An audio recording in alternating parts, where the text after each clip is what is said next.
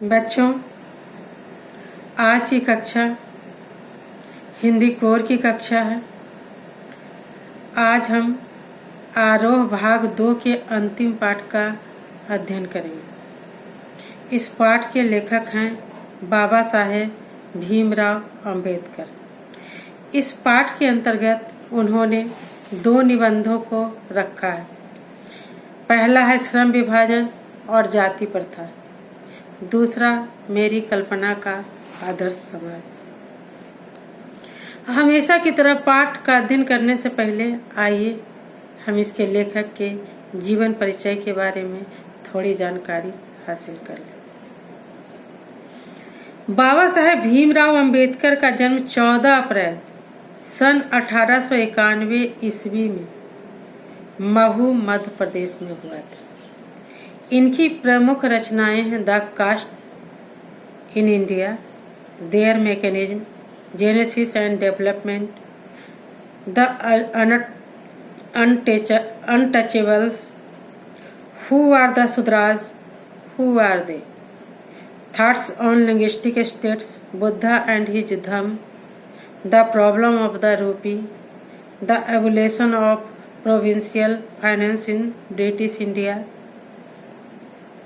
annihilation of caste, the rise and fall of Hindu women, labor and parliamentary democracy, Buddhism and communism, मूक नायक, बहिष्कृत भारत और जनता पत्रिका का संपादन। हिंदी में उनका संपूर्ण वाङ्मय मतलब साहित्य भारत सरकार के कल्याण मंत्रालय से बाबा साहेब अम्बेडकर संपूर्ण वाङ्मय नाम से पूरे 21 खंडों में प्रकाशित हो चुका है। साहित्यिक विशेषताएं इनकी यह है कि ये प्राथमिक शिक्षाओं के बाद बड़ौदा नरेश के प्रोत्साहन पर उच्च शिक्षा के लिए न्यूयॉर्क और फिर वहां से लंदन गए। पूरा वैदिक वाङ्मय यानी वैदिक साहित्य अनुवाद के जरिए पकड़ा और सामाजिक ऐतिहासिक क्षेत्र में अनेक मौलिक स्थापनाएं प्रस्तुत की। वैदिक जो है साहित्य को उन्होंने अनुवाद के जरिए उसका अध्ययन किया और सामाजिक ऐतिहासिक क्षेत्र में अनेक मौलिक स्थापनाएं यानी अनूठी स्थापनाएं विचारधाराएं प्रस्तुत की। कुल मिला के वह इतिहास मीमांसक यानी इतिहास विश्लेषक, अर्थशास्त्री, विधिवेत्ता यानी कानून के विद्वान, कानून के जानकार, समाजशास्त्री, शिक्षाविद और धर्म दर्शन के व्याख्याता बनकर उभरे। स्वदेश में कुछ समय तक इन्होंने वकालत भी की, यानी भारत में इन्होंने कुछ समय तक वकालत भी की। समाज तथा राजनीति में बेहद सक्रिय भूमिका निभाते हुए उन्होंने अछूतों, मजदूरों और स्त्रियों को मानवीय हक, इंसानी हक व सम्मान दिलाने के लिए अथक संघर्ष किया, यानी बहुत ज्यादा उसके लिए संघर्ष किया। सामाजिक स्वरूप भारतीय संविधान के निर्माताओं में से एक डॉक्टर भीमराव आधुनिक भारतीय चिंतन में बहुत महत्वपूर्ण स्थान के अधिकारी। भारतीय संविधान के जो निर्माता थे उनमें से एक, अनेक निर्माताओं में से एक कौन थे? डॉक्टर भीमराव अंबेडकर, जो आधुनिक भारतीय चिंतन में बहुत ही महत्वपूर्ण स्थान के अधिकारी हैं। उन्होंने जीवन भर दलितों की मुक्ति एवं सामाजिक समानता के लिए कड़ा संघर्ष किया। उनका पूरा लेखन इसी संघर्ष तथा सरोकार से जुड़ा हुआ है। उनकी जो लेखनी है वो क्या है? इसी संघर्ष। कौन सा संघर्ष? दलितों के मुक्ति के लिए किया गया संघर्ष तथा सरोकार से जुड़ा हुआ है। स्वयं दलित जाति में जन्मे डॉक्टर अंबेडकर को अपने बचपन से ही जाति आधारित शोषण, उत्पीड़न एवं अपमान से गुजरना पड़ा। चूंकि वे दलित जाति में उनका जन्म हुआ था, इसलिए बचपन से ही उनको जाति आधारित जो शोषण होता, उत्पीड़न होता एवं अपमान, जो छोटी जातियों का अपमान बड़े जातियों द्वारा किया जाता था उस जमाने में, उस अपमान से बाबा साहब अंबेडकर को भी गुजरना पड़ा था।